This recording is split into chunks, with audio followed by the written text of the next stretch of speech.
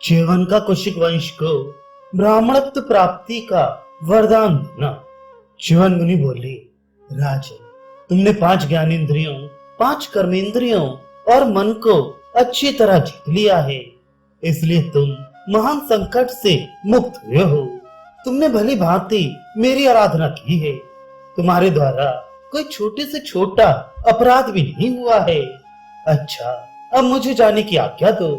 मैं जैसे आया था वैसे ही लौट जाऊंगा। तुम्हारे ऊपर मैं बहुत प्रसन्न हूँ, अतः तुम मुझसे कोई उत्तम वर मांगो। कौशिक ने कहा, ब्राह्मण, आप मुझ पर प्रसन्न हैं, यही मेरे लिए सबसे बड़ा वर है तथा यही मेरे जीवन और राज्य का फल है। भृगुनंदन, यदि आपका मुझ पर प्रेम हो तो मेरे मन में एक संदेह है, उसे दूर करने की कृपा कीजिए। च्यवन ने कहा, नरश्रेष्ठ, तुम मुझसे वर भी मांग लो और तुम्हारे मन में जो संदेह हो उसे भी कहो, मैं तुम्हारा सब कार्य पूर्ण करूंगा। कौशिक ने कहा, भार्गव, यदि आप मुझ पर प्रसन्न हो तो मुझे यह बताइए कि आपने मेरे घर पर इतने दिनों तक क्यों निवास किया था। मैं इसका कारण सुनना चाहता हूँ।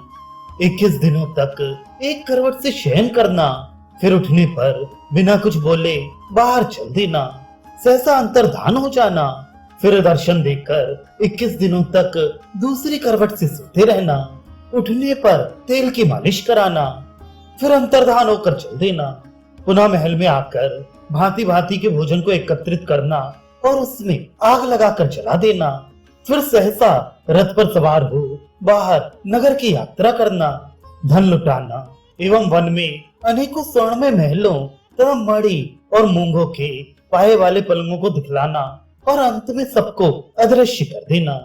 आपके इन कार्यों का मैं यथार्थ कारण सुनना चाहता हूँ। च्यवन ने कहा, राजन, जिस कारण से मैंने ये सब काम किए थे उसे आद्योपान सुनो। पूर्व काल की बात है। एक दिन देवताओं की सभा में ब्रह्मा जी कह रहे थे कि ब्राह्मण और क्षत्रियों में विरोध होने के कारण दोनों कुलों में संकरता आ जाएगी। उनके मुंह से मैंने ये भी सुना था कि तुम्हारे वंश की कन्या से मेरे वंश में क्षत्रिय तेज का संचार होगा।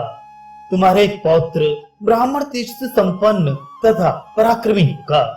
ये सुनकर मैं तुम्हारे वंश का उच्छेद कर डालने की इच्छा से यहाँ आया था। उस समय मैंने तुमसे यही कहा था कि मैं एक व्रत का आरंभ करूंगा, तुम मेरी सेवा करो। इसी व्याज से मैं तुम्हारा दोष ढूंढ रहा था, किंतु तुम्हारे घर रहकर भी मैंने आज तक तुम में कोई दोष नहीं पाया।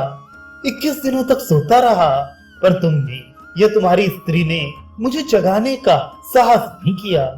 फिर मैं अंतर्धान हुआ और पुनः तुम्हारे घर में आकर योग का आश्रय ले 21 दिनों तक सोया। मैंने सोचा था तुम लोग भूख और थकावट से घबराकर मेरी निंदा करोगे। इसी उद्देश्य से मैंने तुम लोगों को भूखे रखकर क्लेश पहुंचाया। इतने पर भी तुम्हारे और तुम्हारी स्त्री के मन में तनिक भी क्रोध नहीं हुआ। इससे मैं तुम लोगों के ऊपर बहुत संतुष्ट हुआ।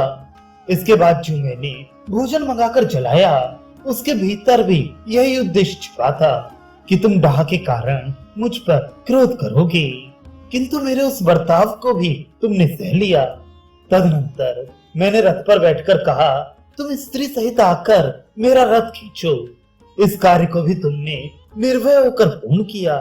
फिर जब मैं तुम्हारा धन लुटाने लगा तो भी तुम क्रोध के वशीभूत नहीं हुए।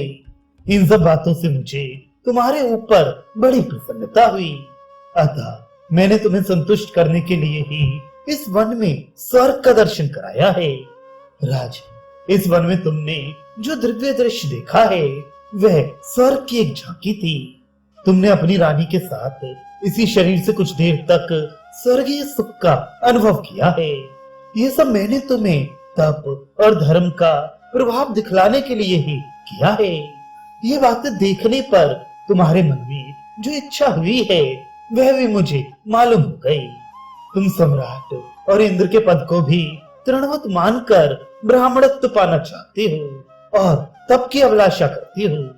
तप और ब्राह्मणत्व के संबंध में अभी तुम जो विचार प्रकट कर रहे थे वह बिल्कुल ठीक है, वास्तव में ब्राह्मण होना दुर्लभ है। ब्राह्मण होने पर भी ऋषि होना और ऋषि होने पर भी तपस्वी होना तो और भी दुर्लभ है। तुम्हारी ये इच्छा पूर्ण होगी। भृगुवंशियों के तेज से तुम्हारा वंश ब्राह्मणत्व को प्राप्त होगा। तुम्हारा पौत्र अग्नि के समान तेजस्वी और तपस्वी ब्राह्मण होगा। वह तीनों लोगों को अपने प्रभाव से आतंकित करेगा। यह मैं तुमसे सच्ची बात बता रहा हूँ। राजऋषि, अब तुम मुझसे अपना मनोवांछित वर मांग लो। मैं तीर्थ यात्रा को जाऊंगा, देर हो रही है। कुशिक ने कहा, महामुनि, आप मुझ पर प्रसन्न हैं, यही मेरे लिए बहुत बड़ा वर है। आप जैसा कह रहे हैं वह सत्य हो। मेरा पौत्र ब्राह्मण हो जाए। अब मैं विस्तार के साथ यह बात सुनना चाहता हूँ कि मेरा वंश किस प्रकार ब्राह्मण होगा। मेरा वह पौत्र कौन होगा जो सर्वप्रथम ब्राह्मण होने वाला है। च्यवन ने कहा, नरश्रेष्ठ, ये बात तुम्हें अवश्य बताने के योग्य है।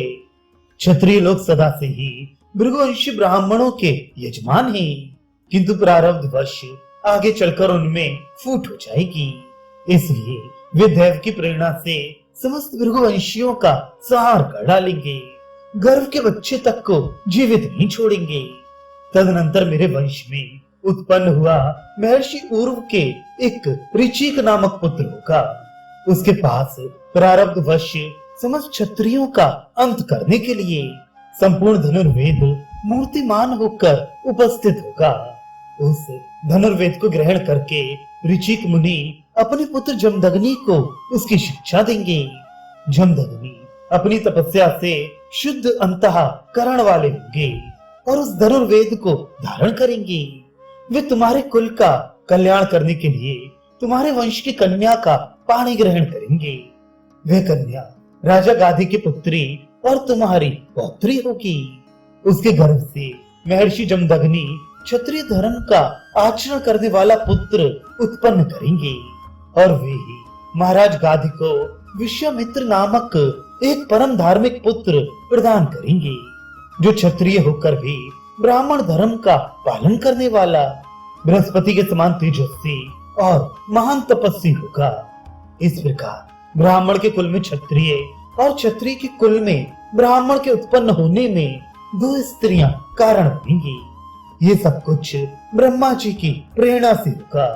तुम्हारी तीसरी पीढ़ी ब्राह्मण हो जाएगी और तुम पवित्र आत्मा भृगुवंशियों के संबंधी बनोगे। भीष्म जी कहती हैं, महात्मा च्यवन मुनि का वचन सुनकर राजा कुशिक बहुत प्रसन्न हुए। तदनंतर महातेजस्वी च्यवन ने उन्हें वर मांगने के लिए पुनः प्रेरित किया। तब राजा ने कहा, महामुनि, मेरा कुल ब्राह्मण हो जाए और उसका मन धर्म में लगा रहे। उनके इस प्रकार कहने पर च्यवन मुनि ने कहा, अच्छा, ऐसा ही होगा। फिर वे राजा की अनुमति ले तीर्थ यात्रा को चले गए। राजा युधिष्ठिर, इस प्रकार मैंने भृगुवंशी और कुशिक वंशियों के परस्पर संबंध का कारण बतलाया है। च्यवन ऋषि ने जैसा कहा था उसी प्रकार परशुराम और विश्वामित्र जी का जन्म हुआ।